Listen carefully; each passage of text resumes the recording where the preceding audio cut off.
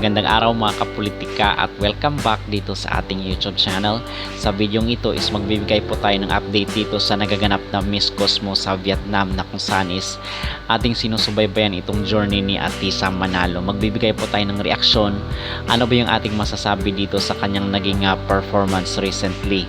Pero bago ang lahat ay huwag kalimutang mag-like at mag-subscribe muna kayo dito sa ating YouTube channel para updated kayo dito sa ating mga latest issue.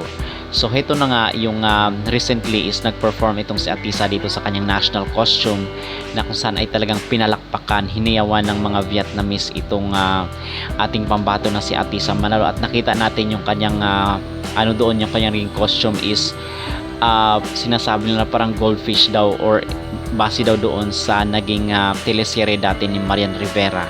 At nakita rin natin yung pabubbles ni Atisa na kung saan hinangaan at talagang bumilib ang mga netizen, umulan ng samot-saring magandang reaction at positibong reaction dito sa kanyang naging national costume, especially yung naging face card ni Atisa.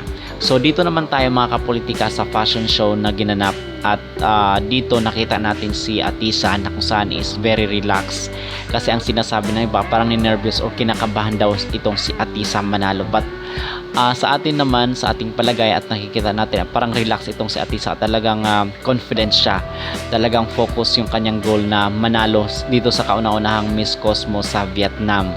Okay, at nakikita rin natin na pinopromote ng Vietnam yung kailang culture. Kumbaga nakita rin natin doon sa kailang national costume na very culturistic, even yung mga sounds, at meron silang mga show doon na pinapakita yung kailang mga traditional costume. So dito is ipinasuot rin sa mga kandidata itong national costume, at nakita natin itong performance ni Atisa Manalo. Talagang pagbungad pa lang mga kapolitika ay napawaw na talaga itong mga audience dito sa kanyang naging performance. Yung talagang na-surprise yung mga audience dito sa labas ni Atisa Manalo.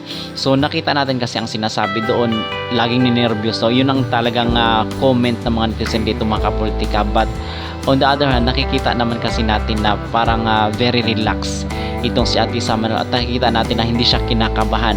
Siguro ganun lang kasi parang seryoso yung kanyang mukha, kasi nga hindi naman ito yung swimsuit, hindi naman ito yung evening gown competition. So dito is fashion show kasi ito. So kumbaga is hindi masyadong magalaw yung katawan. Okay, kung napapanood yung mga international na competition, di ba, hindi naman masyadong ganun kagalaw yung katawan. Kumbaga relax lang. Okay, talagang parang lakad lang po yung nagaganap dito sa fashion show.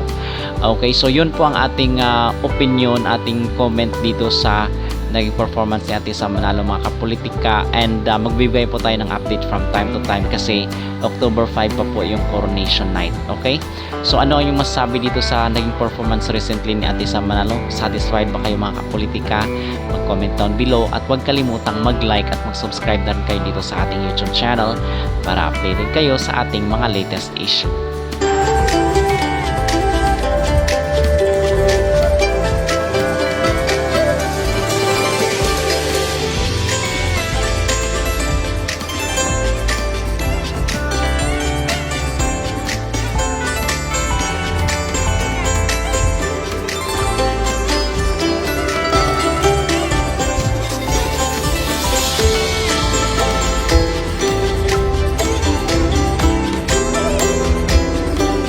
Miss Cosmo, Philippines!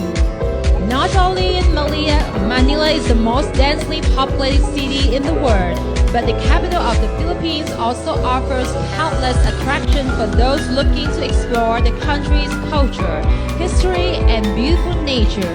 It is also a place that provides numerous opportunities for education and personal development. Philippines